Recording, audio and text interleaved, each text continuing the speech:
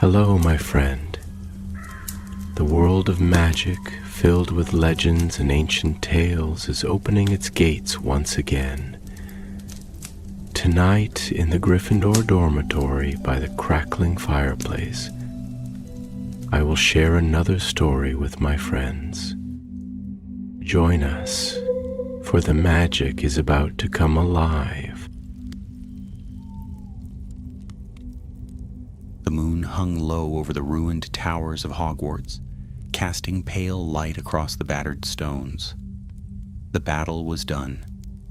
Silence, heavy and strange, had settled upon the castle like dust after a storm. Rubble lay where once there had been laughter and lessons. The air smelled faintly of ash and something older, sorrow that clung to every wall. In the shadows of the shrieking shack, beneath broken beams and shattered glass, a man lay dying. His black robes were torn and stained, and the shallow rise and fall of his chest spoke of a struggle nearly ended. Severus Snape's breath rattled, and his thoughts drifted between pain and a strange calm. Lily's eyes, green and full of forgiveness, filled his mind. Perhaps he thought dimly at last he would see her again. But fate, it seemed, was not yet finished with him. A faint rustle stirred the air, not from the living world, but from the canvas realms that lined the castle's walls. In the quiet corridors of Hogwarts, portraits murmured to one another in disbelief and grief. Among them, one face leaned forward from its frame, whispering words lost to all but the magic of old friendship. "Not yet, Severus," said the portrait of Albus Dumbledore, his eyes solemn beneath the half-moon spectacles. "Not yet, my boy." Back in the ruined shack, a vial shattered softly beside Snape's limp hand. Its contents, a silvery potion, long forgotten in the annals of forbidden alchemy, seeped into his wound, glimmering faintly before sinking into his skin. The potion was no ordinary draught. It had been left by Dumbledore long before, in the event that one who served unwillingly might still have a task left undone. Hours passed. The dawn crept over the hills, lighting the castle's broken turrets in gold. When the first rays touched Snape's face, his fingers twitched. His eyes, black as midnight, flickered open. He breathed. Pain flooded him first, then confusion. His vision swam. He was certain he had died, but he felt the rough wood beneath him, the cold damp of morning air. Slowly, trembling, he rose to his knees. Blood still marked the floor, his own mixed with another's venom. The wounds upon his neck were gone, but thin scars remained, pale reminders of the snake's fangs. He staggered to his feet, gripping the wall for balance. Through a cracked window, the castle loomed, its windows shattered, its towers torn. He could see figures moving in the distance, students, teachers, aurors. He knew the world believed him dead, and perhaps for their sake it was better that way. A voice whispered faintly, familiar, wry, and echoing with the weight of wisdom. "You were not meant to leave the world in hatred, Severus," Dumbledore's portrait said, though no portrait stood near. "There remains a burden, one that only you can lift." Snape closed his eyes, exhaustion tightening his jaw. "You have burdened me enough, old man," he muttered hoarsely. "Let the dead rest." But the whisper came again, this time colder. "The castle suffers, a curse lingers. The work is not yet finished." Snape frowned, his sharp mind stirring beneath the fog of fatigue. The castle's wards, he could feel them faintly pulsing, weakened. Hogwarts was alive in its own way, bound by ancient enchantments, and those spells now shuddered like a wounded beast. Something dark gnawed at them. He turned toward the distant towers, the rising sun casting his shadow, long and thin, across the ground. "I should have known," he murmured bitterly. "Even death would not spare me your errands, Dumbledore."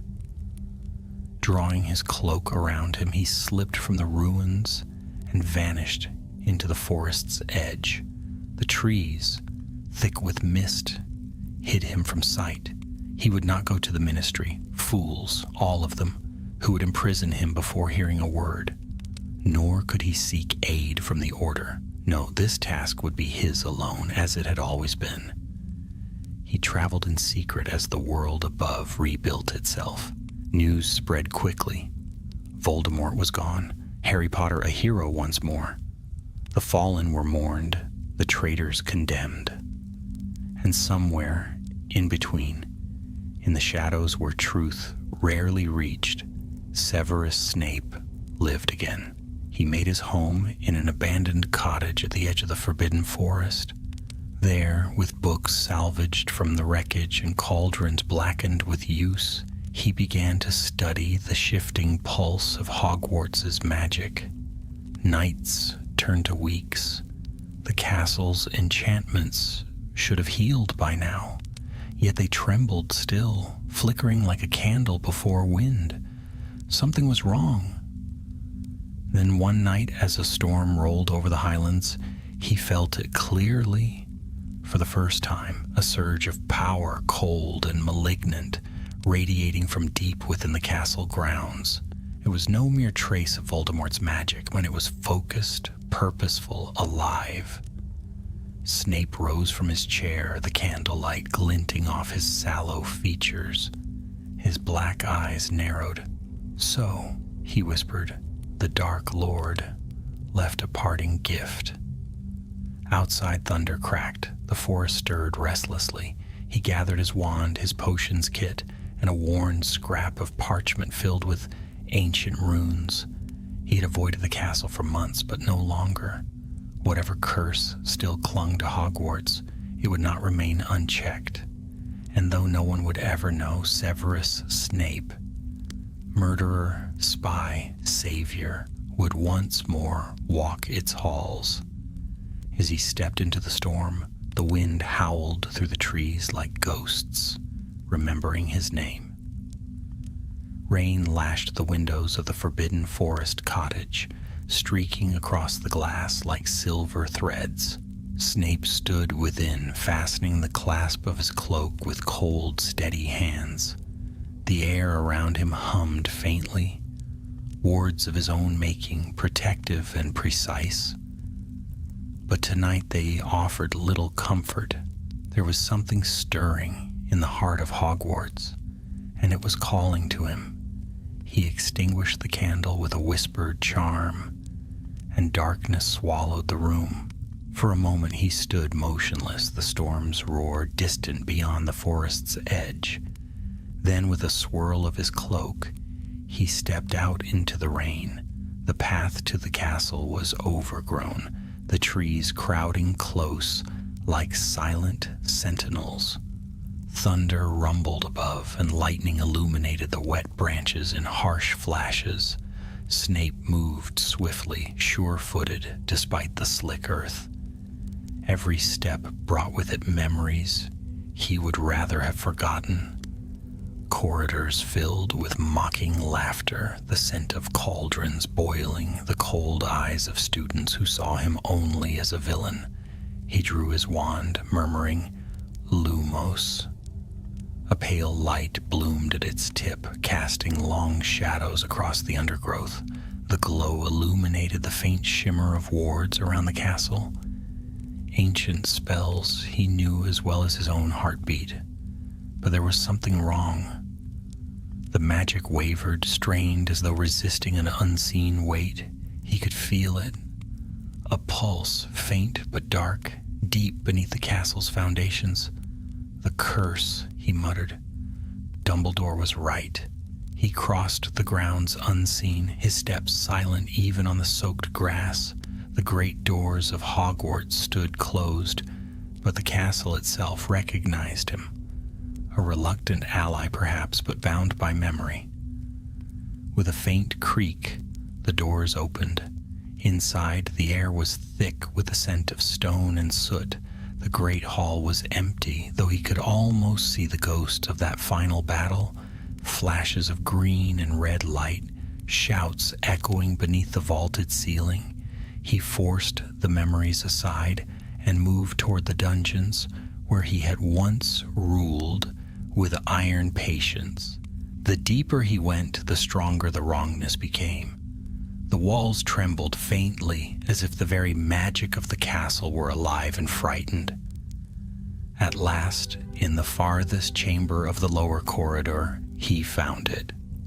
A fissure in the stone, fine as a hairline crack, but glowing faintly with a crimson light.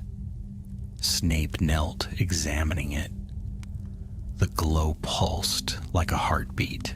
Within it, he sensed fragments of magic, twisted, old, and cruelly familiar. Voldemort's touch, but not the trace of a spell.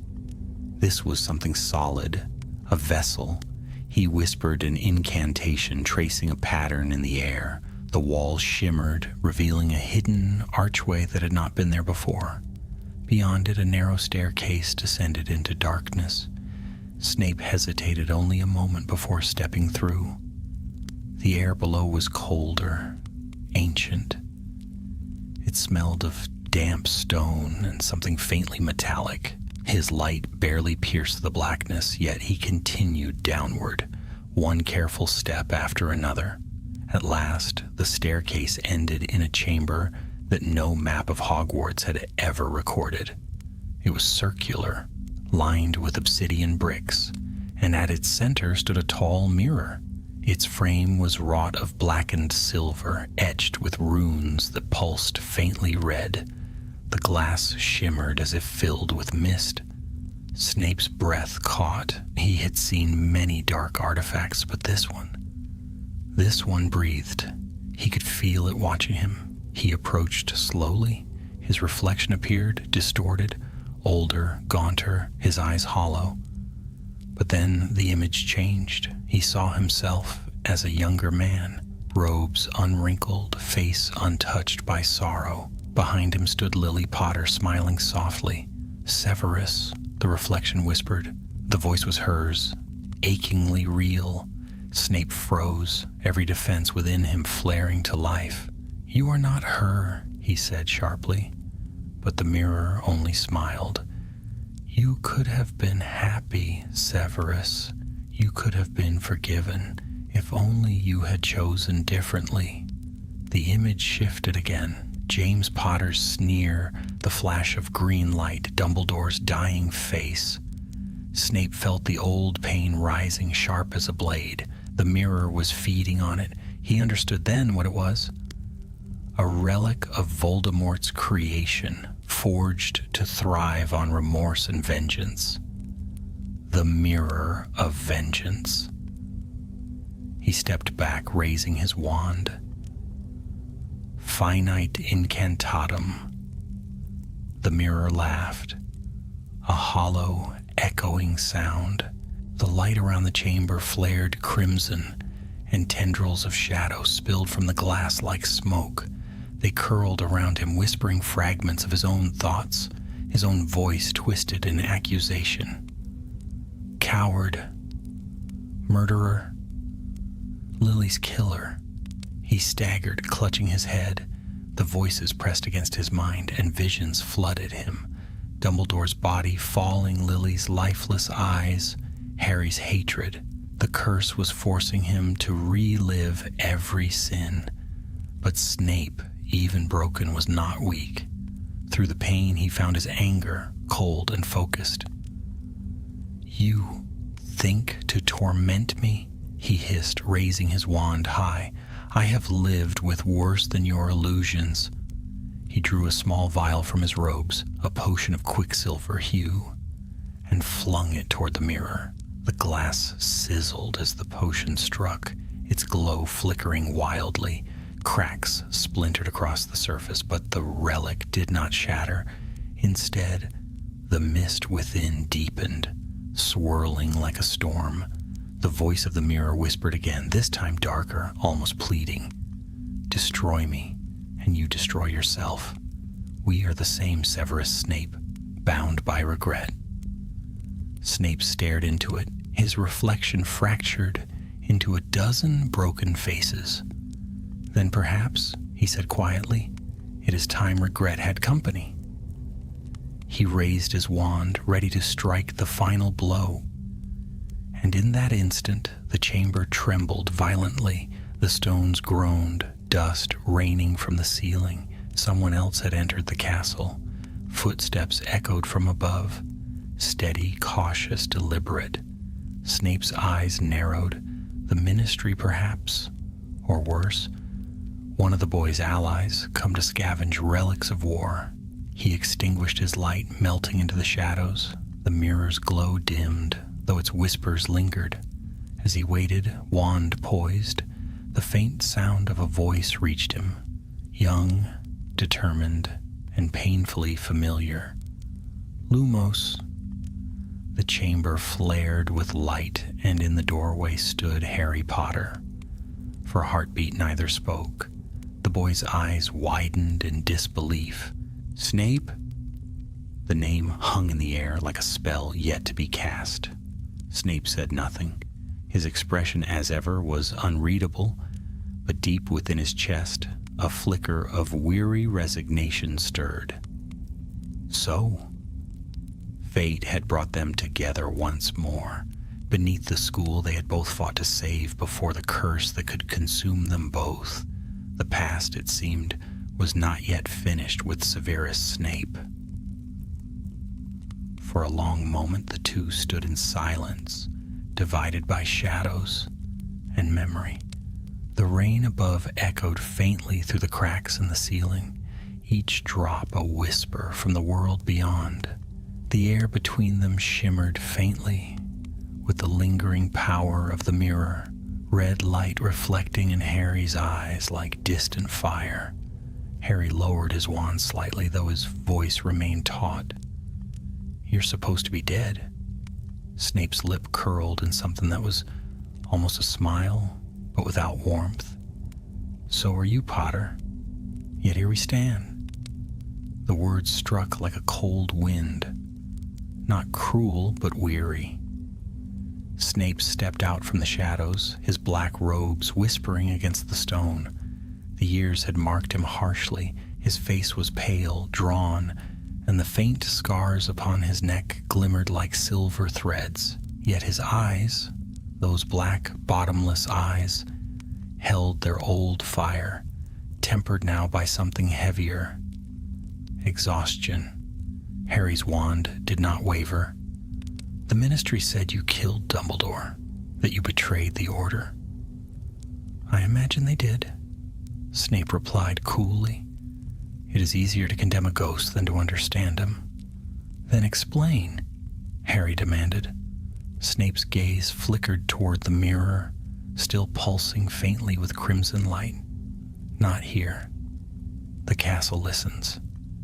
And this, he gestured toward the mirror, is what you should truly fear. Harry frowned, lowering his light toward the strange relic. The mist within seemed to stir as though aware of their attention. What is it? Something left behind? Snape said quietly. Voldemort's magic, forged from his own remorse. What little he possessed of it. It feeds on guilt, magnifies it, until the victim destroys himself. He intended it as a punishment for traitors. The fool never lived long enough to wield it. Harry stared into the swirling depths of the mirror. For a moment he saw only his reflection, pale, uncertain. But then another image appeared. His parents, Lily and James, smiling as they had in photographs. Then they were gone, replaced by Cedric Diggory, then Sirius, then Dumbledore. Faces of the dead, all gazing at him with silent accusation. He stumbled back, clutching his wand. It's showing me. Exactly what it shows everyone, Snape said sharply. Regret. Harry turned to him, breathing hard. Then destroy it. Snape's expression darkened. You think I haven't tried? It resists all force, all spells. It draws power from remorse. And there is no shortage of that in this castle. The mirror's glow deepened, and the mist began to rise, curling toward them. Snape's instincts flared. Out! He barked. Now! Harry hesitated, but Snape seized his arm and pulled him back toward the stairway. The air shivered, heavy with whispers. Shadows spilled from the mirror, taking shape, twisting formless things that moved like smoke but reached like hands. They followed, their voices echoing in the chamber. Coward, killer, unworthy. Snape turned, his wand slicing through the dark. Expecto Patronum.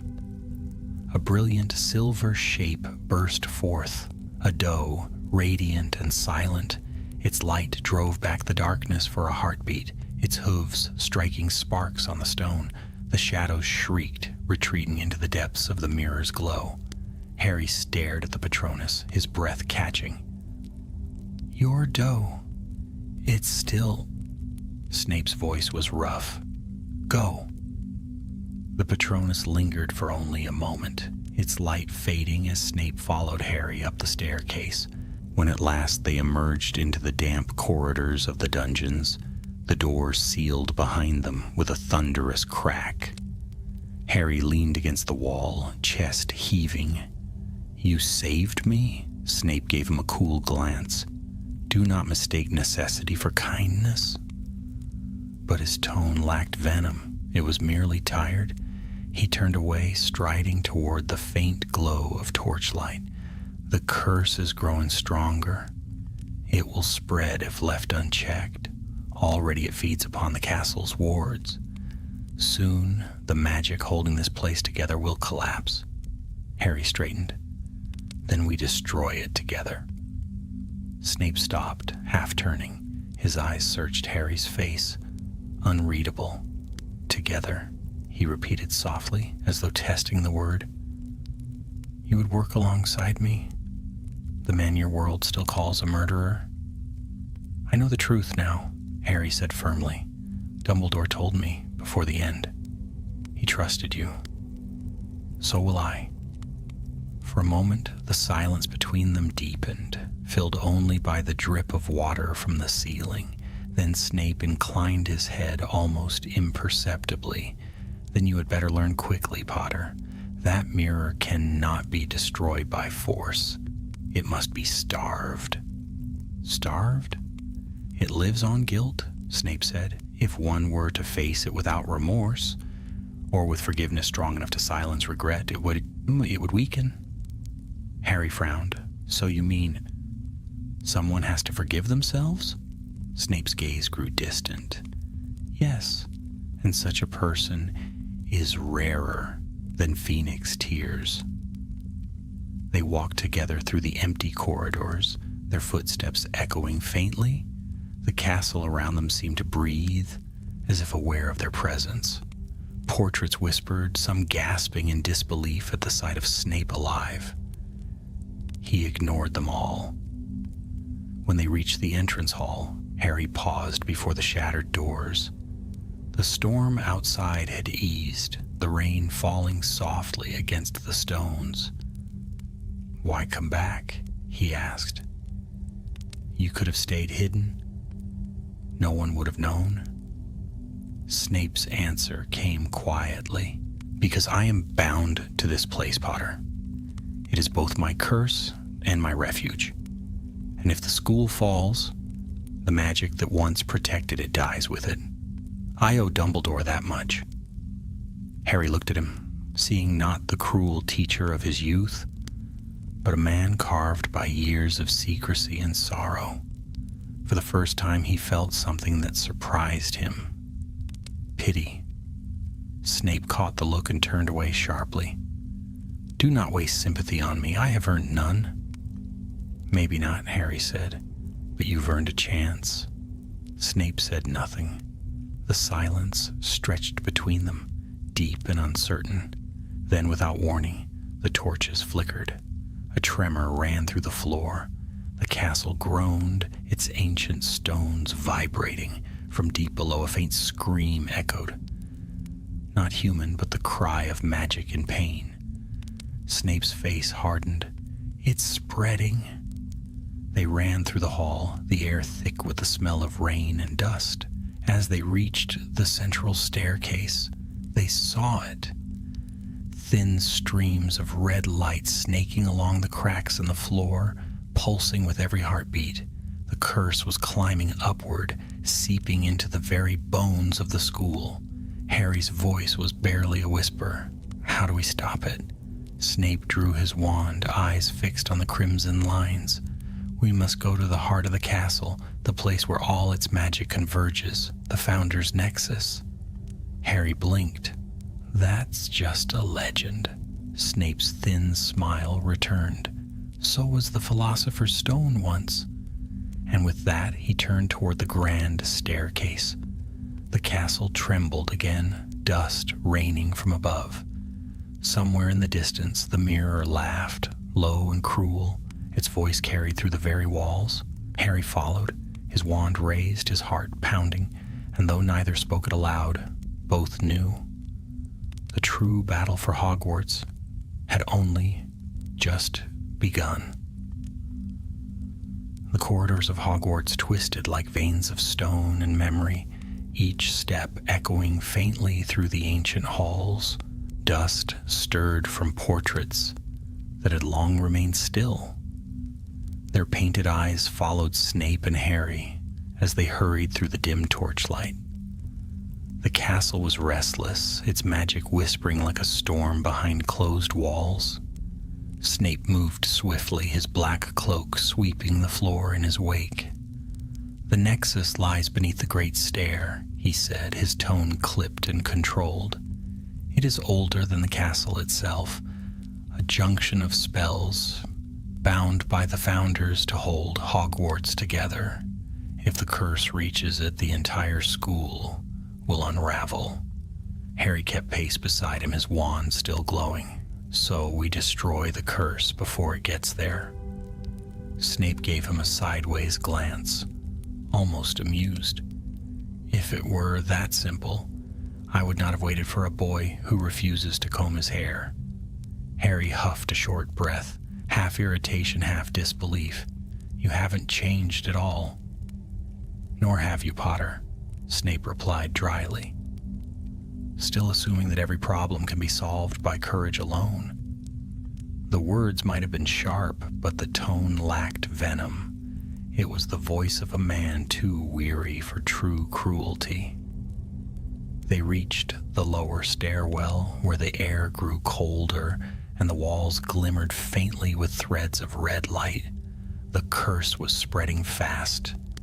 The crimson glow seeped into the cracks like veins of blood, pulsing with unnatural rhythm. The torches sputtered as they passed, casting shadows that seemed to breathe.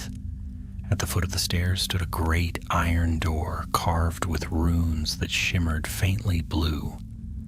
Snape raised his wand, tracing the air in an intricate pattern.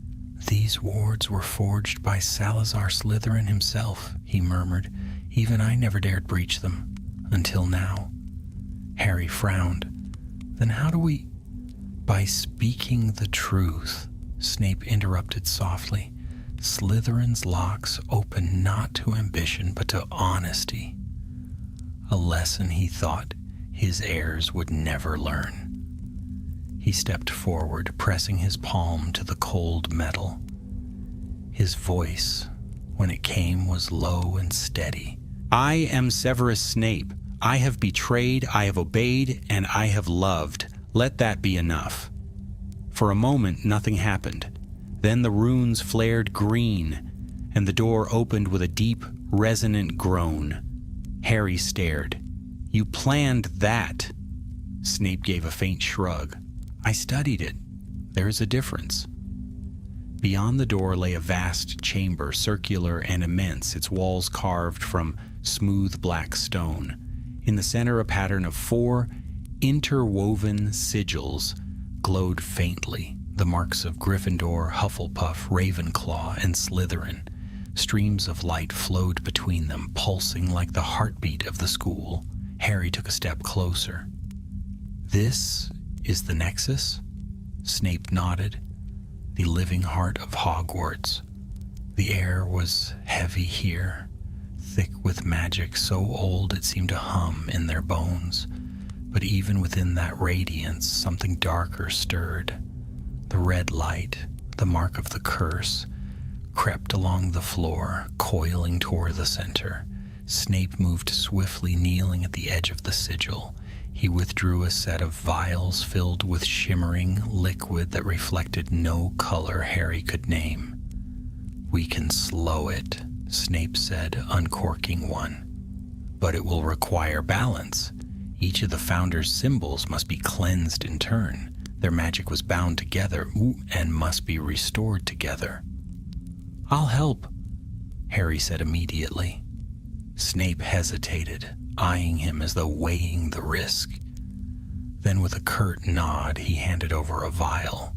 Hufflepuff's mark, the easiest to approach, and the least likely to devour you if you err. Harry crouched opposite him, his brow furrowed in concentration. The two worked in silence, pouring the potion across the glowing sigils, their movements measured, deliberate. The light responded, flaring gold and blue and green. The crimson veins retreated slightly, hissing as if in pain. For a fleeting moment, it seemed to work. The chamber brightened, the oppressive weight lifting. But then from the far wall came a low and chilling laugh. Both men froze. From the shadows stepped a figure, tall, robed in darkness that shifted like smoke. Its face was pale, almost human, but its eyes burned with crimson light. "Did you think it would be so simple?" the figure whispered, its voice a silken hiss. "You cannot destroy what was born of your own sins." Harry raised his wand. "Who are you?" The figure smiled, a cold, terrible smile. "I am the memory of vengeance, the fragment your dark lord tore from his own heart and bound in glass. The mirror was only my cage." Snape's wand was already in his hand, his expression unreadable. "Then you are nothing but shadow."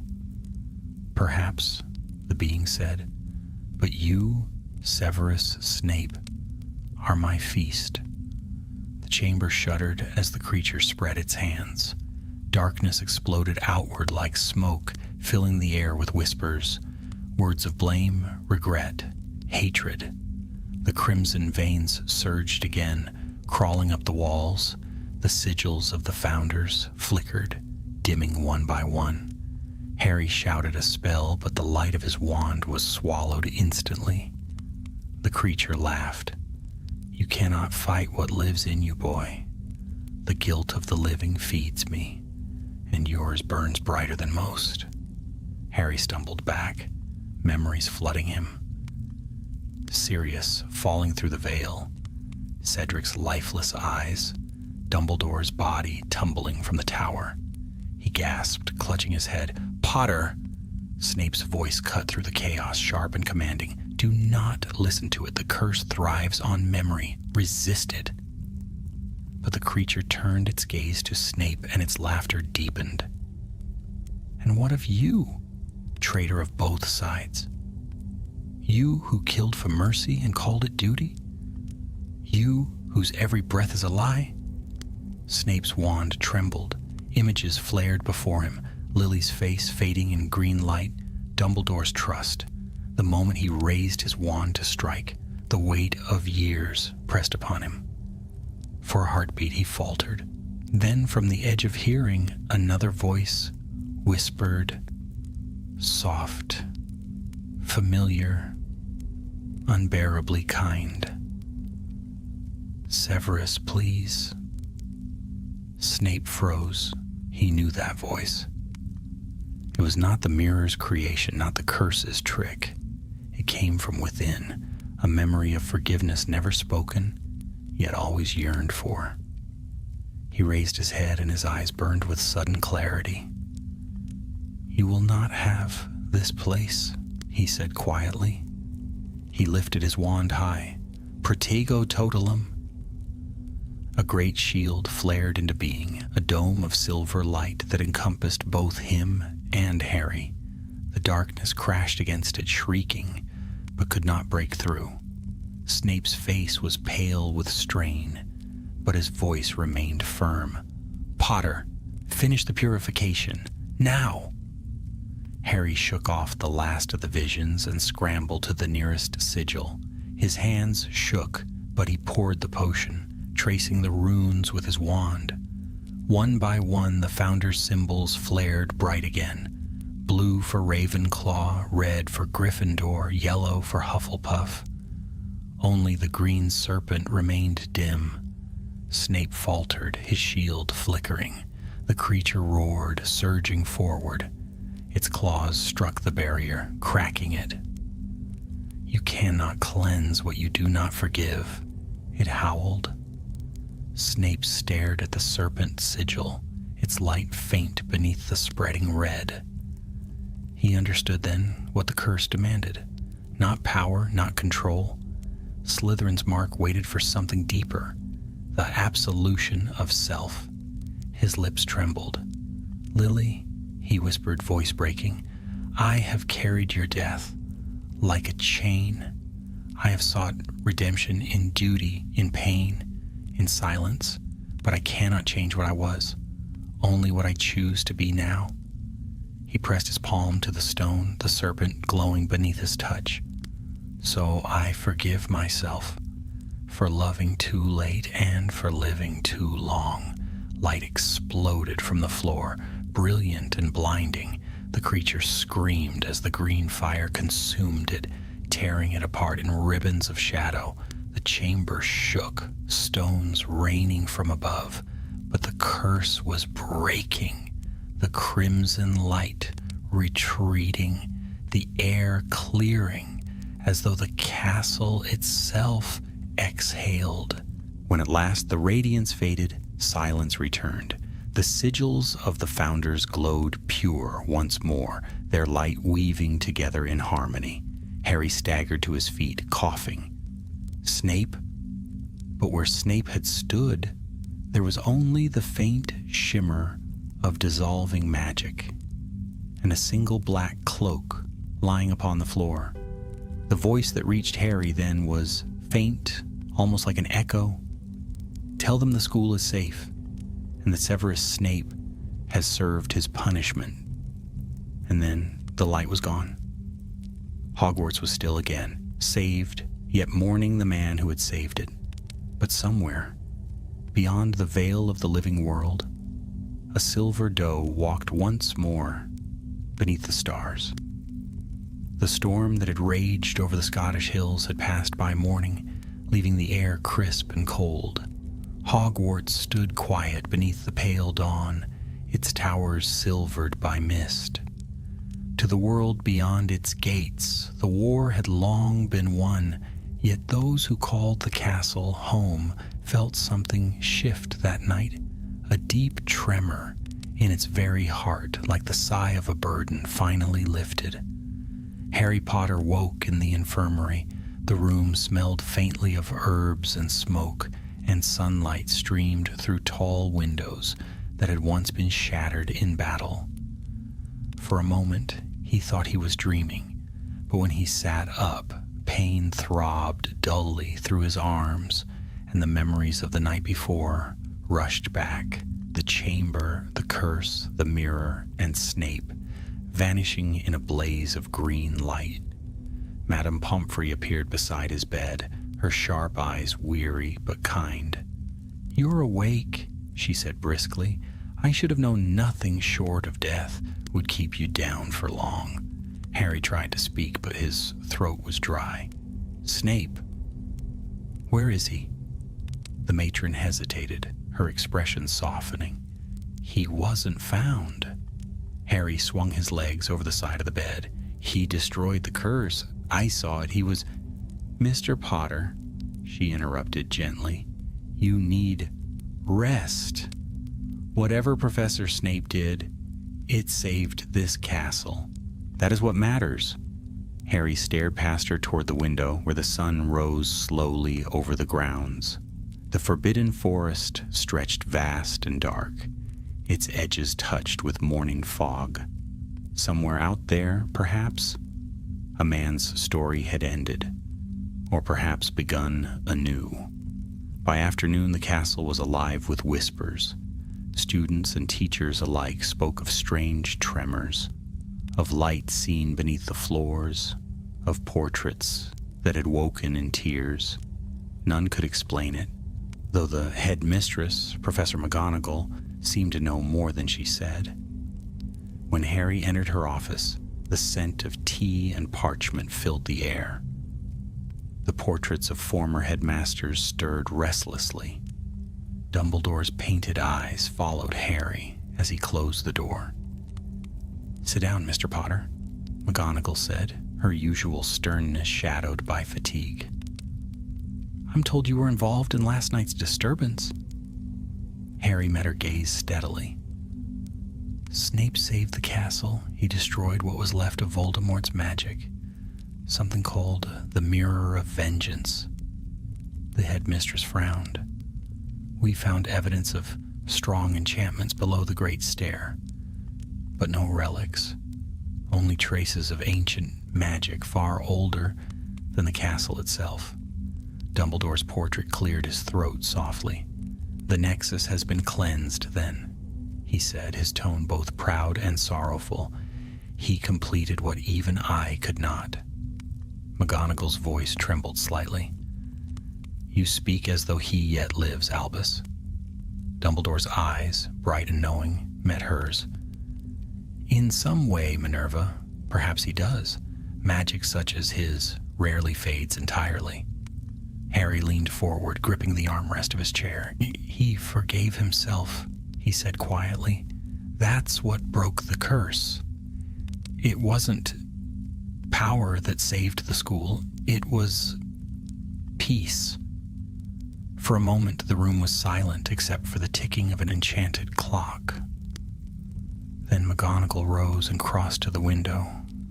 "He was a difficult man," she said softly. "But in the end, he was loyal to us all." Harry stood. "He deserves to be remembered." "Indeed he will," Dumbledore's portrait said, "but not by statues or songs. Some deeds are meant to live quietly, carried in the hearts of those who understand." That night, when the castle had fallen to stillness once more, Harry left the warmth of the common room and walked alone through the darkened corridors. The castle seemed changed, lighter somehow, freer. Where once the air had carried the echo of curses and pain, now it felt alive again, as if breathing after a long sleep. He descended to the dungeons, his wand glowing faintly in the dimness. The walls there were damp and cool, the stones humming with faint residual magic. When he reached the old potions classroom, he paused. The door was ajar. Inside, the shelves were half empty, but one table remained untouched. Upon it lay a single item, a small vial of silver liquid sealed and labeled in Snape's sharp handwriting. Harry approached, reading the note beneath it. "For the headmaster, whomever it may be, to restore what is wounded, not what is lost." He turned the vial in his hand. The liquid within shimmered like moonlight. Neither potion nor memory, something stranger still. Perhaps a gift, or a farewell. The portrait of Dumbledore appeared in the doorway's reflection.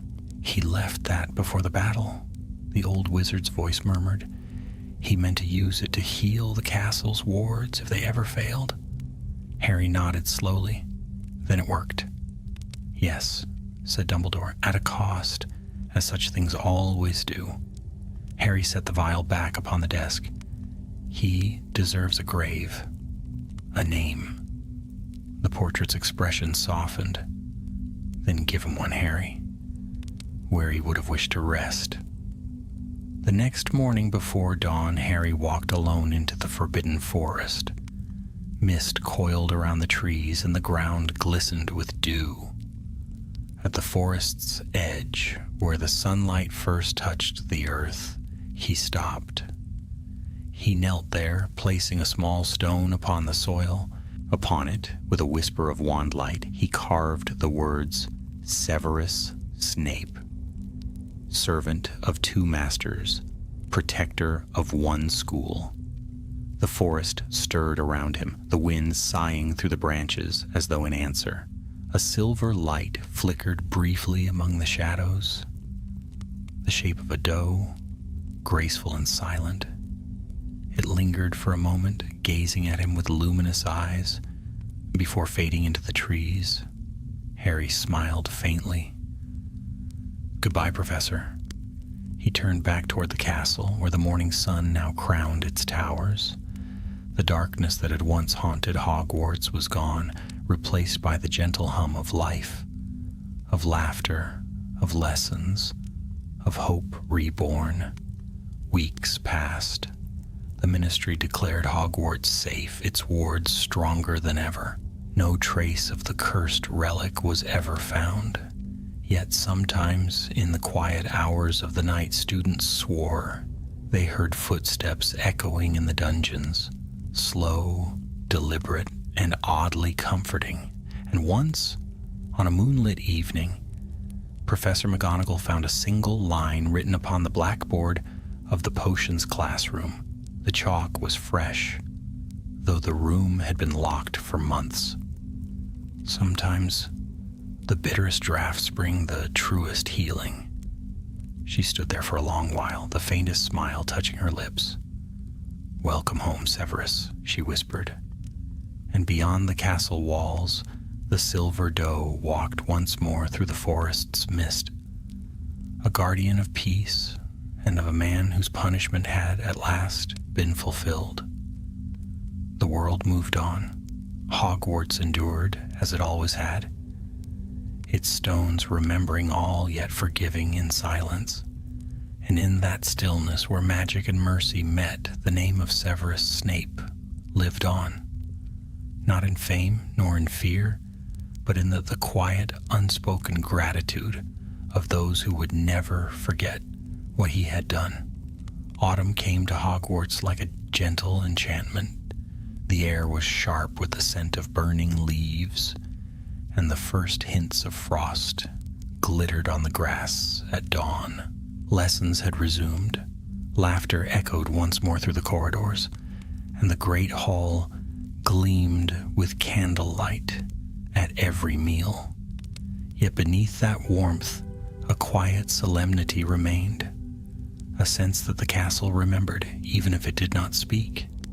Harry returned often in those months, no longer as a student, but as a guardian of sorts, a link between the past and the future. He walked the grounds in silence, greeting the portraits, exchanging polite nods with ghosts who had seen more history than any wizard alive. He would stand for long hours at the edge of the forest, where he had left the stone bearing Snape's name. The forest never failed to answer him, the trees whispering softly, the faint shimmer of silver moving between them. One evening, as the sky blazed crimson and gold, Harry stood by the lake, watching the reflection of the towers ripple in the water. The surface shimmered faintly, as though disturbed by a presence unseen. He remembered the man who had once stood here, his cloak billowing in the wind, speaking with quiet disdain and hidden pain. "Always watching, aren't you, Professor?" Harry murmured. A faint rustle stirred the reeds, and for a moment he thought he saw the ghostly outline of a figure, tall, dark, unmistakable. Then the light shifted and it was gone, When he returned to the castle, he found the headmistress waiting. Professor McGonagall stood by the grand staircase, her wand casting soft light across the marble steps. "Mr. Potter," she said, though her tone was warmer than it once had been, "there is something you should see." She led him to the dungeons where a section of wall had crumbled during the summer's repairs. Behind it lay a small hidden chamber. Inside, a desk stood covered in dust and cobwebs, yet untouched by decay. Upon it rested a stack of letters, each sealed with the mark of a serpent. McGonagall gestured to them. They were found sealed with protective charms. "Addressed to no one? I thought they might belong to you." Harry hesitated before breaking the first seal.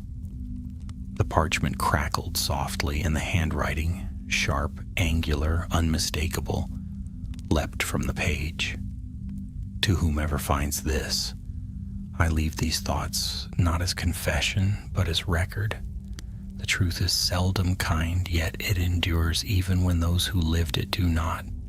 Should the castle fall, or my deeds be buried beneath lies, let these words remain, that one might know I loved what I could not save, and saved what I could not love.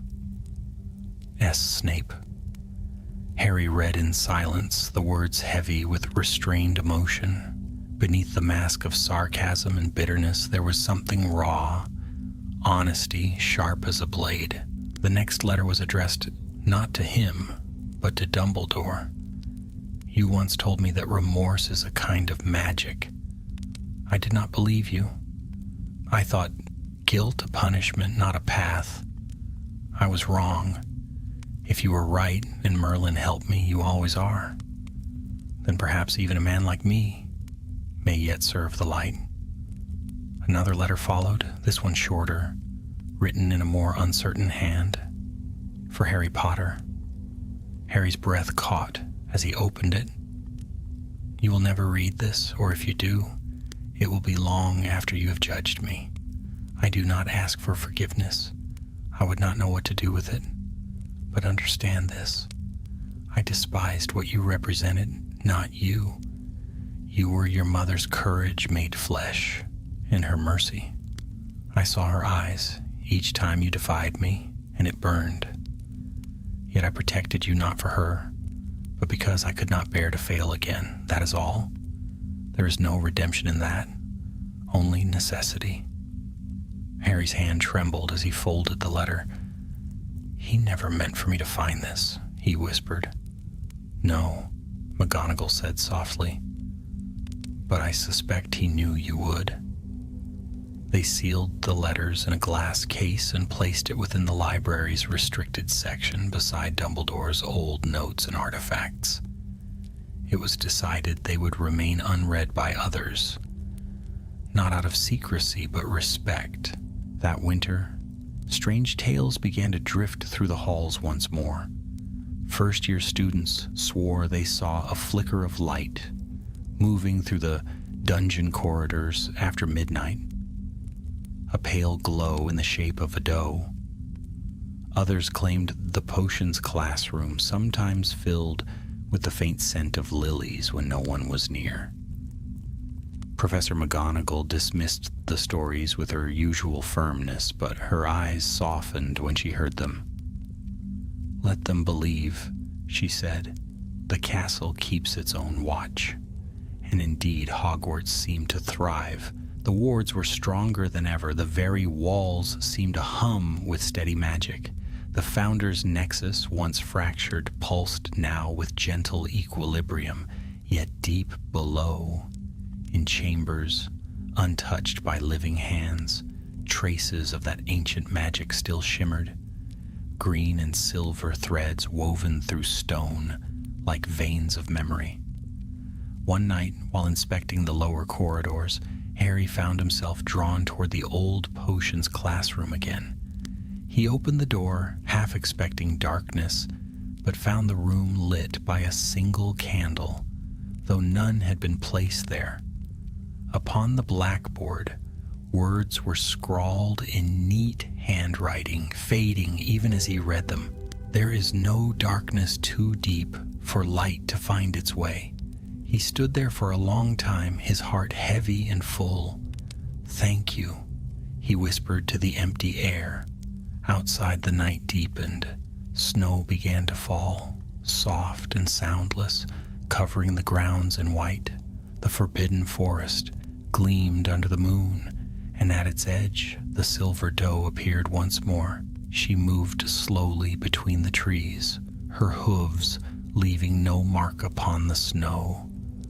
From time to time she turned, as if listening before vanishing into the mist. In the weeks that followed, Hogwarts continued its rhythm, lessons, laughter, life. Yet now and again, a quiet hush would fall across the great hall, and the students would swear they heard footsteps pacing the dungeons, or felt a sudden warmth near the old potions classroom, as though an unseen guardian walked among them. Harry never spoke of it. He knew better than most that magic did not always end when a wand was laid down. Some enchantments were woven not in spellwork, but in sacrifice. Years later, when Harry's own children came to Hogwarts, he told them the truth, or enough of it, that there had been a man whom everyone feared and few understood, a man who had saved the school, not for glory or gratitude, but because it was right.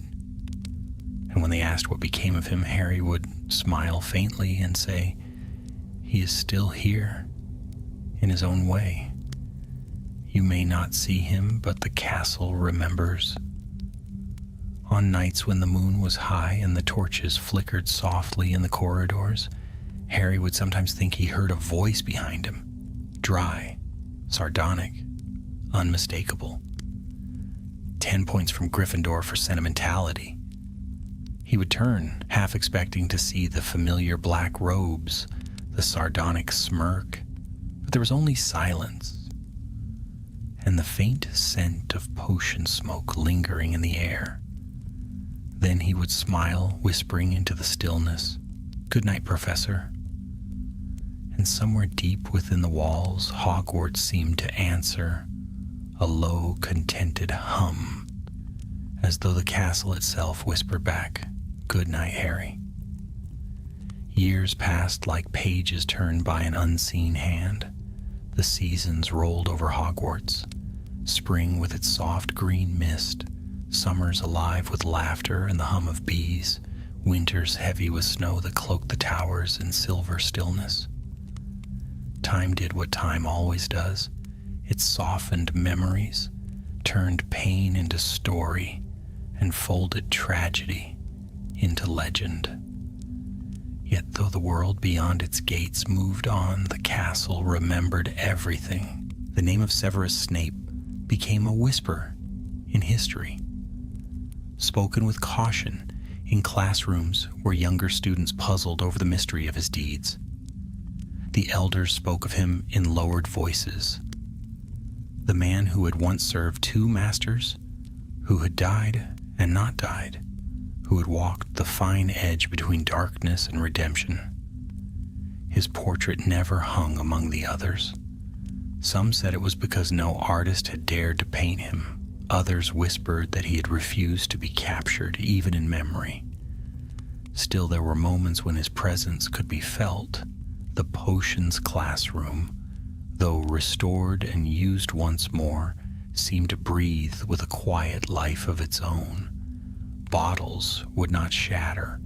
No matter how clumsily handled, cauldrons never boiled over when danger threatened, and a faint warmth would linger near the old professor's desk, as though the very air held watch. It was in this world of peace reborn that a new student arrived, a girl named Elspeth Hawthorne, small, sharp-eyed, and full of questions. She was not remarkable in skill, though her curiosity was endless. Her robes were always ink-stained, her hair perpetually tangled. She asked the sort of questions that made even professors sigh. One evening, after a particularly disastrous potions lesson involving an explosion of green smoke, Elspeth stayed behind to clean the mess. The classroom was empty, the candles flickering low. As she scrubbed the table, she muttered to herself, "How do people ever learn anything in this place? Everything feels like it's hiding a secret." "You are not entirely wrong," said a voice. Elspeth froze. The words came from nowhere, from everywhere. She looked around wildly, her eyes darting to the door, the shelves, the shadows that pooled between the jars. "Who's there?" she whispered. Silence answered, then softly, "Pay attention, Miss Hawthorne. You are spilling nightshade." Her hand jerked. A small bottle teetered at the edge of the table and stopped. It did not fall. An invisible force steadied it, sliding it gently back into place. Elspeth's heart thudded. "I'm sorry?" The air seemed to stir like breath across glass. Then the faint scent of potion smoke rose, bitter and familiar, though she could not say why. "Do not apologize. Learn." She turned slowly toward the blackboard. For an instant she thought she saw writing appear there, faint and glowing. The difference between failure and discovery is persistence. Then it faded, leaving only chalk dust. Elspeth stood motionless, every instinct torn between running and asking another question. Finally, curiosity won. "Are you a ghost?" The answer was neither voice nor whisper, but something deeper. A presence, a thought that brushed against her mind like wind through the leaves. Not quite. The candles flickered, and Elspeth saw, or thought she saw, the faint outline of a tall figure in black. Standing by the shelves, his face pale and unreadable, his eyes dark as ink, she took a step forward. "You're him, aren't you?" she breathed. "Professor Snape." The figure did not move. "That title belongs to the living," it said softly. "And I am not among them." Elspeth's fear eased. "Then why are you here?" A pause, then almost reluctantly, "Because the castle remembers me. Because I cannot quite forget it." She hesitated. "Are you haunting it?" A dry sound, like a sigh wrapped in irony. "I am no poltergeist, girl. I am what remains when regret refuses to fade." The words hung heavy in the air like dust stirred by an unseen step. Elspeth swallowed. "You saved Hogwarts?" "Did I?" The voice was quieter now, almost to itself. "Or did I merely delay its breaking? One can never be certain with magic of that kind." The torches flared briefly, and Elspeth saw him clearly for the first time. Not ghostly white, but shadow and starlight woven together. His gaze fell upon her, sharp and assessing. "You are not afraid?" "I'm used to talking to things that don't talk back," she said, surprising herself. He almost smiled. A dangerous habit. That night, when she returned to her dormitory, she could still feel the weight of his presence. Not menacing, but watchful. She dreamed of a silver doe walking beneath the forest trees, and a man following her steps in silence. Days turned into weeks, and Elspeth continued her studies.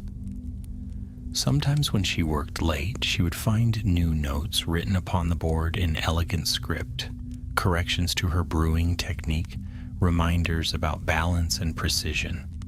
Once, she found a single lily petal pressed between the pages of her potions book. Word spread, as it always did. Students whispered of a guardian in the dungeons, a shadow that corrected mistakes, a whisper that guided trembling first years through their first brews. Some dismissed it as superstition, but even the professors began to notice that no serious accidents ever occurred in that classroom. Then one winter's evening, Headmistress McGonagall entered the room after hours. She stood before the blackboard and spoke into the quiet. "It seems you have not quite gone, Severus." The air shimmered faintly, the scent of lilies rising. "You built a school upon memory," came the reply, barely audible. "Did you truly think it would forget me?" McGonagall smiled sadly. "No, I never wished it to." The candlelight dimmed, as if the unseen figure bowed. "Then let me keep watch a little longer." "Always," she whispered. From that night onward, the potions classroom became a place of quiet reverence. Students entered with care, speaking softly, as though in a chapel. No one mocked the tales anymore. Some swore they heard footsteps pacing the aisles when no one was there. Others that a faint baritone voice sometimes murmured corrections during examinations. Years later, when Elspeth Hawthorne graduated, she left a small silver vial upon the desk, empty but for a single tear and a note. "For the one who taught me that every potion begins not with skill, but with understanding." The candle beside it flickered once, twice, then burned steadily. And so the years turned again. The world outside changed, as all worlds must, but Hogwarts remained steadfast, its walls steeped in memory and magic. Deep within its heart, beneath stone and shadow, the last echo of Severus Snape endured, not as ghost nor as curse, but as a whisper of purpose fulfilled. And when the night grew long and the stars hung cold over the turrets, those who wandered near the dungeons swore they could hear a voice murmuring faintly, patient and precise, "Stir counterclockwise, Miss Hawthorne, counterclockwise." Then silence and the scent of lilies drifting like a blessing through the air. Winter deepened, pressing its white weight upon the Scottish hills. The towers of Hogwarts glittered beneath frost, their spires like the fingers of a sleeping giant. Within the castle, fires burned bright in every hearth, and the scent of pine and cinnamon filled the air. Laughter echoed in the great hall once more, though it carried a reverent hush beneath its joy. For Hogwarts had not forgotten the shadows it had survived. Elspeth Hawthorne, now in her 6th year, had grown tall and confident. Her gift for potions had blossomed beyond all expectation. Professors spoke of her as one of the most promising students in decades, her brews balanced with uncanny precision, her understanding of magical ingredients bordering on instinct. Yet she never took full credit. She would smile quietly and say, "I had help." Her classmates thought she meant books or teachers, but the truth lay in the silence of the dungeons, in the faint whisper of chalk that sometimes guided her hand, the unseen presence that still watched over every bubbling cauldron. One evening near Christmas, Elspeth lingered after class. The room was empty but for the quiet simmer of cooling potions.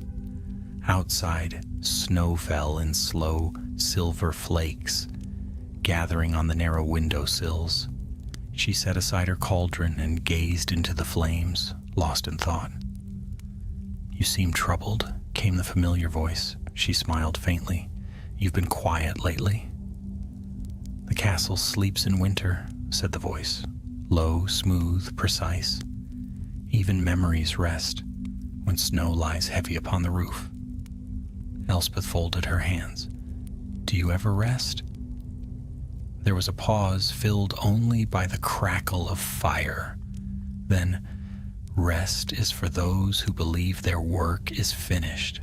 "You saved Hogwarts," she said softly. "If that's not finished work, I don't know what is." The air shimmered faintly beside the desk.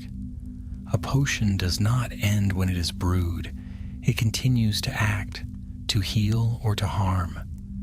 Magic lingers, Miss Hawthorne, long after the wand is lowered, She turned toward the faint shimmer, though she could not see him. "But you're more than magic," she said. "You're still here."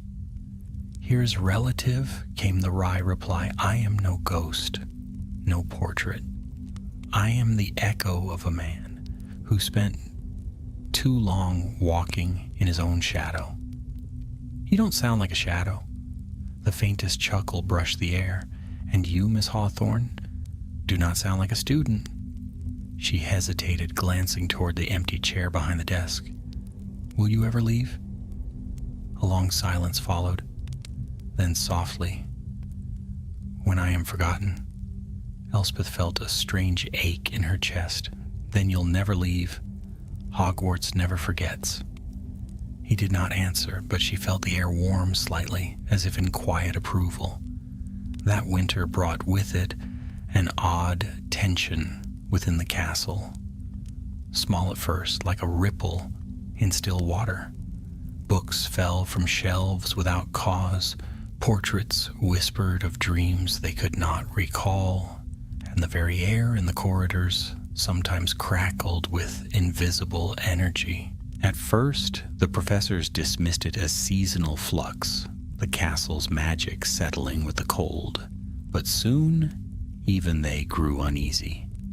One night, Elspeth was woken by a deep, low hum, a vibration that seemed to rise from the very stones beneath her bed.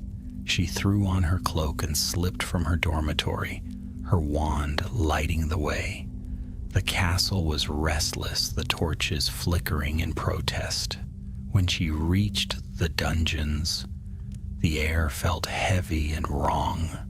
The torches along the walls burned red instead of gold, and the floor trembled faintly underfoot. "Professor?" she whispered into the dark. No answer then. Faintly the scent of potion smoke.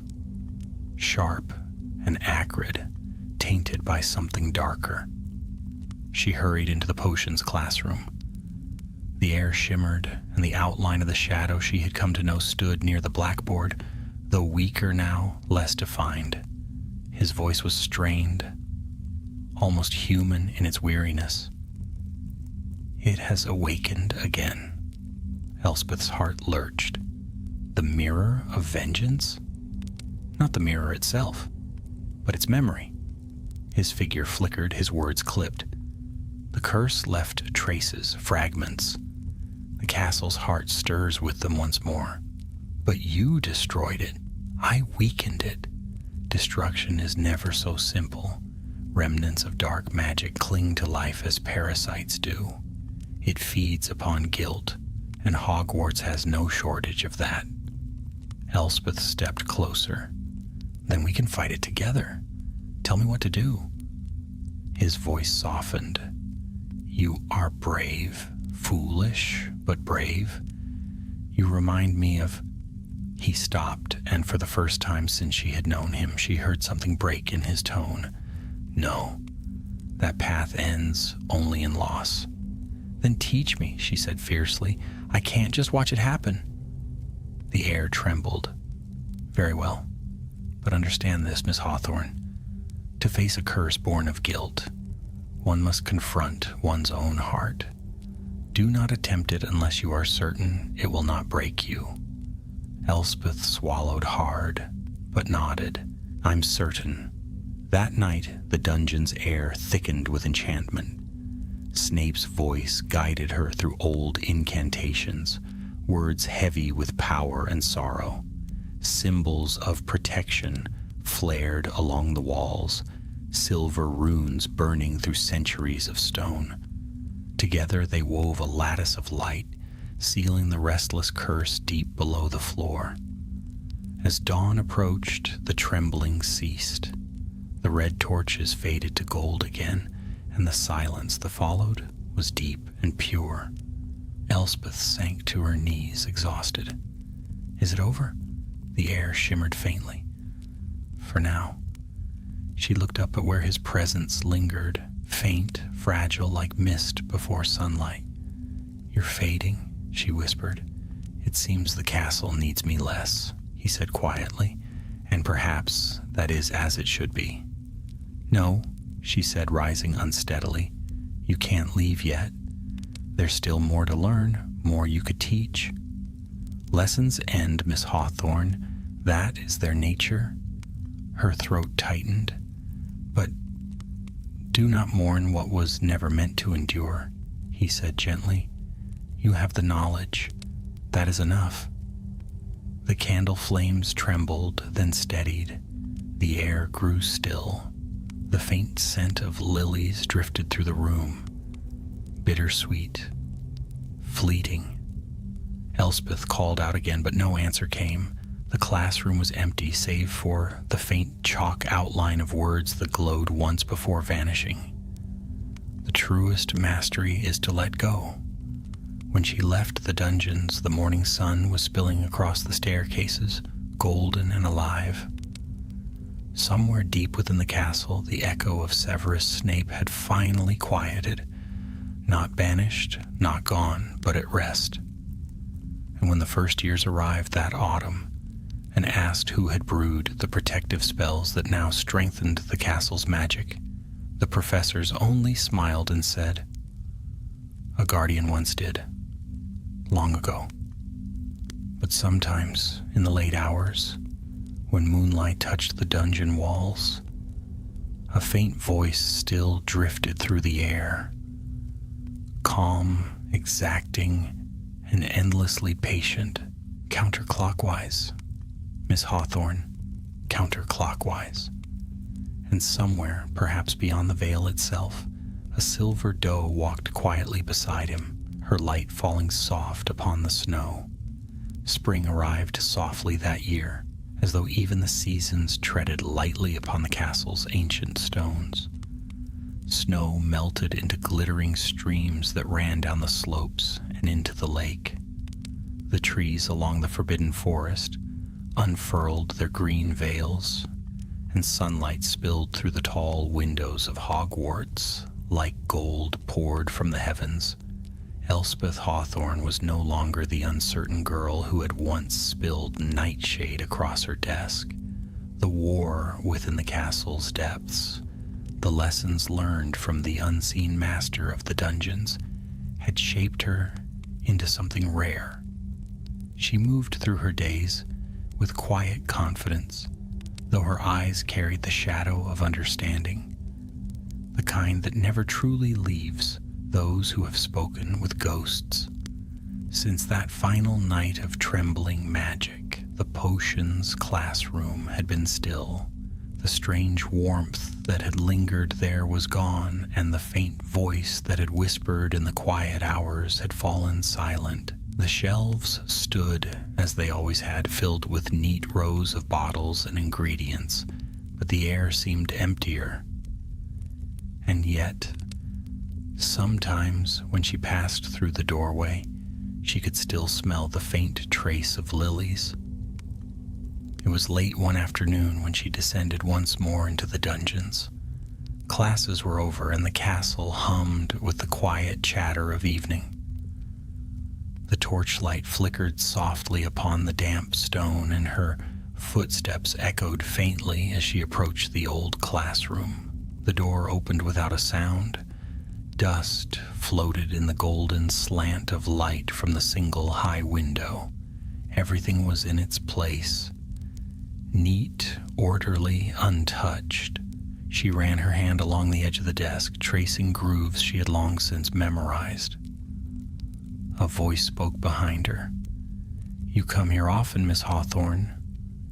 Elspeth turned sharply. Professor McGonagall stood in the doorway, her sharp eyes softened by something like nostalgia. "I suppose I do," Elspeth admitted. "It feels peaceful here." McGonagall stepped into the room, her robes brushing softly against the flagstones. "You're not the first to say so," she murmured, though peace was a rare thing in this room when he was alive. Elspeth smiled faintly. "He was strict, wasn't he?" "Strict," McGonagall echoed with a thin smile, "and sharp as a cursed blade. But he was also loyal, more than any of us deserved." They stood in silence for a moment, Then McGonagall said, "The Board of Governors has agreed to restore the old potions records. They've asked me to appoint someone to oversee it." Elspeth's brows lifted. I mean you?" McGonagall said simply. "No one knows this room better. And I suspect," she added, glancing toward the desk, "that it knows you." Elspeth's throat tightened. "I'd be honored." "Good," said McGonagall, turning toward the door. "Then it's settled. The post will be yours after graduation. Make him proud, Miss Hawthorne." As the headmistress's footsteps faded, the room fell silent once more. Elspeth stood motionless for a long time, her heart heavy and full. Then she crossed to the blackboard and picked up a piece of chalk. Slowly, carefully, she wrote, "For Professor Severus Snape, the unseen guardian of Hogwarts." The chalk broke in her hand, and she laughed softly through the sudden prick of tears. "I hope you're still watching," she whispered. That night, as she walked back toward the common room, the castle seemed to hum with warmth. Candles flickered brighter as she passed, and the portraits along the walls nodded in quiet approval. Spring deepened into summer. The final term of Elspeth's schooling came and went in a flurry of exams, farewells, and sunlight. The day of her graduation dawned bright and clear, the lake gleaming beneath the sky. When the ceremony ended and the courtyard emptied of laughter, Elspeth lingered behind. She wandered through the castle one last time, through the library that smelled of ink and parchment, the grand staircase that twisted and sighed as if bidding her farewell, and finally, down into the dungeons. The potions classroom waited in silence. The torches burned steadily, though no one had lit them. On the desk lay a small glass vial filled with clear, silvery liquid. It shimmered faintly like moonlight caught in water. A folded scrap of parchment lay beneath it. For Miss Hawthorne, her hands trembled as she unfolded the note. "You were an apt pupil. You sought understanding, not glory. That is the truest form of magic.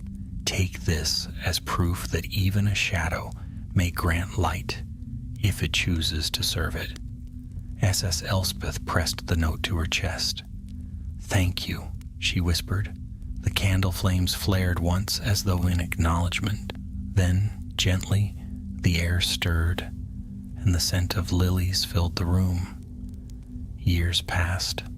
Elspeth returned to Hogwarts not as a student, but as its new potions mistress. She carried the same quiet grace that had marked her as a girl, but her gaze held a wisdom that seemed far older. Under her care, the art of potion-making flourished again. Students whispered that the classroom had a life of its own, that cauldrons seldom boiled over, and that failed brews corrected themselves in mysterious ways. It was said that on stormy nights, when thunder rolled over the hills and the castle trembled in its sleep, a second figure could be glimpsed moving through the mist. Tall, dark, his robes trailing like shadow.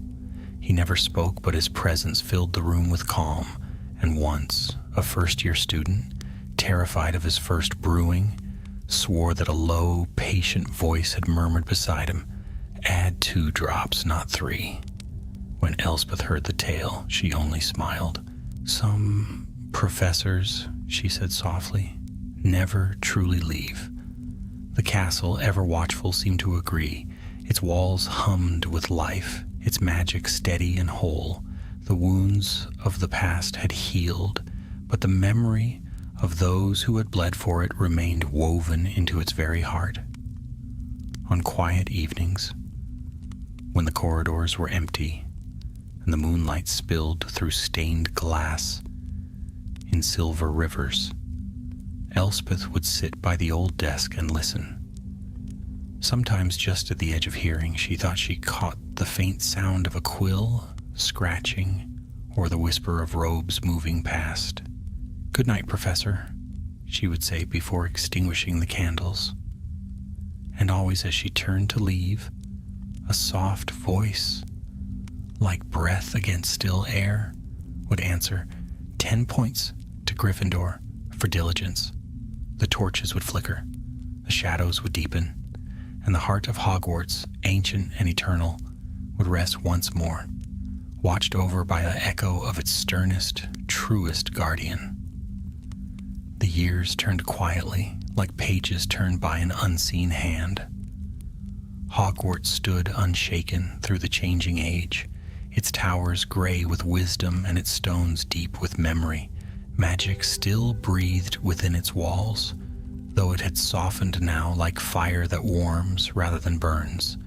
And deep in the dungeons, the potions classroom glowed with that quiet, living flame, tended by Elspeth Hawthorne, now the youngest potions mistress in a century. To the students who filled her benches, she was a mystery. She spoke little, smiled rarely, yet when she did, it carried warmth enough to still a trembling wand. Her lessons were precise, her discipline sharp, but her fairness was legendary. Those who struggled found unexpected patience in her voice, and when a student succeeded, there was a light in her eyes that spoke of something greater than pride. Remembrance. Beneath the flickering torchlight, the classroom had grown into something almost sacred. It hummed softly at night, as though the air itself whispered in an old tongue. Bottles gleamed like captured stars, and even the cauldrons seemed to hold their own strange awareness, bubbling gently in tune with the ancient heartbeat of the castle. Elspeth never told her students why no potion ever exploded under her watch, or why every brew seemed to shimmer with peculiar clarity. Nor did she speak of the voice that sometimes guided her still, faint and rare, as if from some far-off room where memory and magic met. One winter evening, a snowstorm howled across the highlands, and thunder rolled above the towers. The castle's corridors shuddered with wind, and the candles in the great hall flickered wildly. The students had been sent to their dormitories, but Elspeth remained below, checking the stores for the next day's lesson. The torches burned low, their flames bent by the draft that slipped beneath the doors. She was halfway through sorting a tray of powdered hellebore when she felt it, a tremor in the floor, faint but unmistakable. A pulse of cold swept through the room. The air grew thick, heavy with a strange energy she had not felt in years. The runes carved along the stone arches began to shimmer, not with warmth but with warning. "No," she whispered, "not again." The castle groaned softly like an old beast stirring from slumber. Shadows lengthened along the walls, and the temperature fell sharply. A jar toppled from the shelf and shattered across the floor, its silvery contents hissing as they met the air. Then faintly a whisper, not the measured voice she had known, but something fractured, distant, echoing. "Elspeth." Her breath caught. "Professor?" The reply came ragged like the echo of a memory unraveling. The seal weakens beneath the nexus. The curse stirs again. Her heart quickened. She had known the danger might return one day, though the years had lulled her into believing it had truly faded. "Tell me what to do," she said urgently. Silence. The shadows quivered, twisting like smoke in water. Then at last the familiar voice, clearer now, calm as ever. "Go to the heart of the castle. You must strengthen what was broken, but beware, the darkness will seek a vessel." Elspeth seized her cloak, wand in hand, and ran. The corridors stretched long and empty before her, her footsteps echoing like drum beats. The castle seemed awake around her, portraits whispering warnings, staircases shifting faster than usual, as though eager to guide her downward. When she reached the chamber of the Nexus, the air trembled with power. The great sigils of the founders glowed once more upon the floor, gold, blue, red, and green, their light flickering wildly, as if in pain. The serpent's rune, Slytherin's mark, pulsed brightest of all, sickly and red at its core. Elspeth knelt beside it. "Professor, I'm here," she called into the stillness, and from within the walls, his voice came again, weaker now but resolute. "The balance falters. The curse still hungers for guilt, and guilt is born anew with every generation. You must offer it something stronger." "What could be stronger than guilt?" she whispered. "Understanding," came the faint answer. "The acceptance of imperfection. It feeds on remorse. Deny it by embracing what you are." The serpent rune flared suddenly, and a figure rose from it, a shape of darkness shifting and formless, yet with eyes of burning crimson. It hissed with laughter, its voice filled with centuries of bitterness. "Another fool child come to play savior?" Elspeth raised her wand, her voice steady. "I am no child. I am a teacher of Hogwarts." "Then you are a liar," it sneered. "You teach what you do not understand. You pretend wisdom, but you tremble before your own failure." Images flooded her mind. Students she had scolded too harshly, potions that had failed, moments of doubt when she wondered if she was worthy of the post she held. The creature's laughter deepened, curling around her like smoke. She stumbled backward, clutching her head. "No." Then another voice, low, stern, commanding, cut through the chaos. "Enough." The darkness recoiled. The air shimmered, and beside her, the tall, shadowed figure of Severus Snape stood once more, faint, translucent, but burning with will. His gaze was fixed upon the creature. "You were mine to destroy, and yet you persist." "Typical," the shadow hissed. "You cannot touch me, Severus Snape. You are no longer flesh." "Perhaps," he said softly. "But she is?"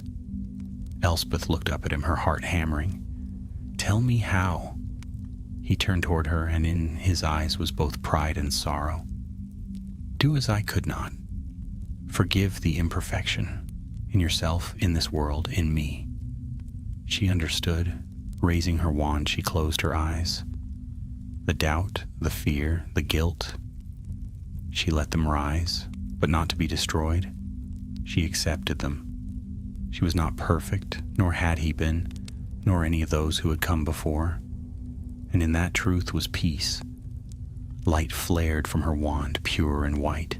It enveloped the chamber, filling every corner. The shadow screamed, its form unraveling into nothingness. The serpent's rune burned green once more, its edges smooth and whole. When the light faded, Snape stood before her, or what remained of him. His form was fading, dissolving into mist. "You have done what I never could," he said quietly. "You have ended it." Tears blurred her vision. "Will I see you again?" He inclined his head, that familiar, almost imperceptible gesture. "In every student you teach, in every choice that is not easy but right." And then he was gone, his presence melting into the glow of the runes, his voice echoing one last time through the chamber. "Well done, Miss Hawthorne." Elspeth stood alone in the silence. The air was warm now, the hum of magic steady and calm. The curse was gone. The castle was whole. She left the Nexus and climbed back toward the light, her steps slow but sure. Outside, dawn had broken, the lake gleaming gold beneath the rising sun, When the new day began, she returned to her classroom and found, upon her desk, a single lily lying across an old piece of parchment. She did not need to read the words. She already knew them. Sometimes the bitterest drafts bring the truest healing, and in that quiet moment, Elspeth smiled. The same small, knowing smile once worn by the man who had taught her how to see beyond guilt, beyond shadow, into the heart of what magic truly was. The castle breathed, the light rose, and somewhere deep in the stillness a voice as soft as memory whispered, "Always." Summer lay upon the highlands, golden and soft, with the scent of heather drifting through the open windows of Hogwarts. The lake glimmered like glass, and the forest whispered lazily beneath a warm wind. Peace had settled over the castle, the kind of deep, enduring calm that comes only after storms have passed and wounds have long since healed. Elspeth Hawthorne walked the corridors in silence, her robes trailing softly against the stone. Years had passed since that night in the Nexus chamber, yet she remembered every word, every flicker of light, every echo of the voice that had guided her. Severus Snape's final command, "Forgive the imperfection," had become not only her lesson but her creed. The potions. Mistress was older now, her hair streaked faintly with silver, though her eyes still burned bright as candlelight. She was loved by her students and respected by her peers, yet she remained apart, not distant but quiet, her heart attuned to the murmurs of the castle that had raised her. For she, better than any living soul, understood that Hogwarts was alive. It was Midsummer's Eve, a night of long shadows and old magic. The great hall had been emptied after the feast, its candles floating lazily above the tables. Outside, the students were gathered near the lake, laughing as the sun dipped low beyond the forest. Elspeth watched them from a high window, her lips curved in a small, wistful smile. The joy of youth, she thought, was the castle's truest music. A knock came at the door. "Enter," she said. Headmistress Longbottom stepped into the room, a woman of gentle presence and fierce mind. Her smile was fond. "You should come outside, Elspeth. The stars are clear tonight, and the children have charmed the sky into colors I've never seen." Elspeth shook her head. "Go on without me, Headmistress. I think I'll stay here a while. The dungeons grow lonely when left untended." Longbottom's gaze softened. "Still keeping watch?" "Always," Elspeth said quietly. The headmistress hesitated, then nodded. "He would have liked you," she said. When she was gone, Elspeth descended to the dungeons once more. The air was cool and still, carrying the familiar scent of potion smoke and herbs. The torches flared gently as she passed, and when she entered the classroom, she felt it, that faint hum of magic that was not her own, like a heartbeat long remembered. The old desk stood just as it always had, dustless, eternal. On it rested her wand, her notes, and the single glass vial she'd once been left, the silvery liquid within still glowing softly, unspoiled by time. She touched it lightly, feeling warmth pulse beneath her fingertips. "It's been a long time," she murmured. A whisper stirred the air, not a voice, not quite, but a thought that brushed her mind like silk. "And yet you still come." Elspeth closed her eyes, smiling faintly. "It's difficult to leave behind a good teacher." The faintest sound, the ghost of a chuckle. I was not often called that. "You taught more than you realized," she said softly. "To see beyond guilt, to forgive what cannot be changed, even to love what was flawed." Silence, then faintly, "And have you, Miss Hawthorne?" She took a long breath. "I have tried." A soft warmth filled the room, as though the torches had flared brighter without flame. The air smelled faintly of lilies. "You would be proud of the students," she said after a moment, glancing around the room.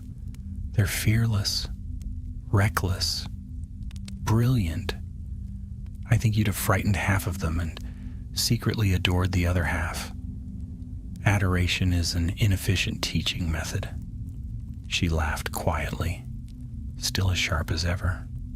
The warmth pulsed once more and then began to fade. She felt it slipping, the familiar presence receding like a tide returning to the sea.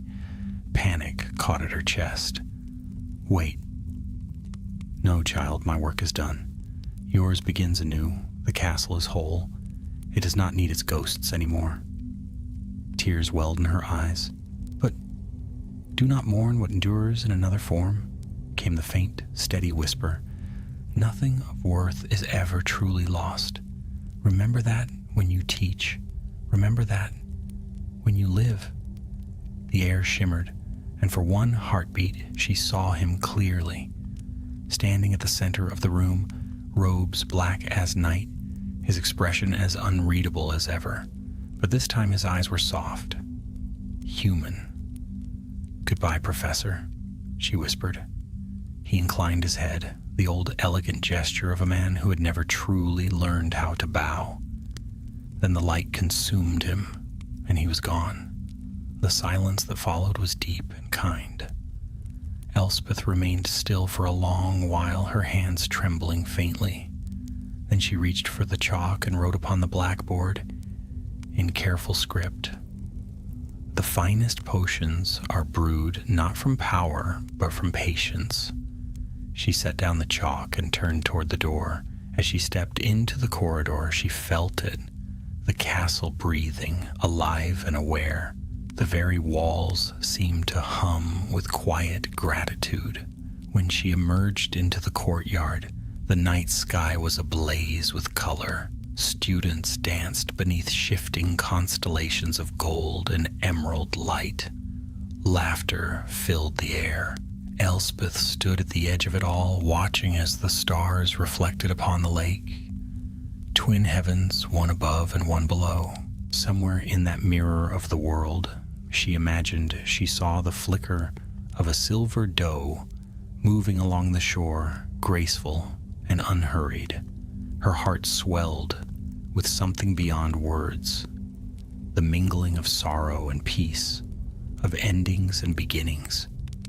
For she knew now that magic was not the art of power or control, but of remembrance. The quiet courage to carry light through the darkest corridors, knowing it would outlast even death. That night, long after the students had gone to bed, Elspeth walked one last time through the dungeons. She paused at the old classroom door and touched it lightly. The wood was warm beneath her fingers.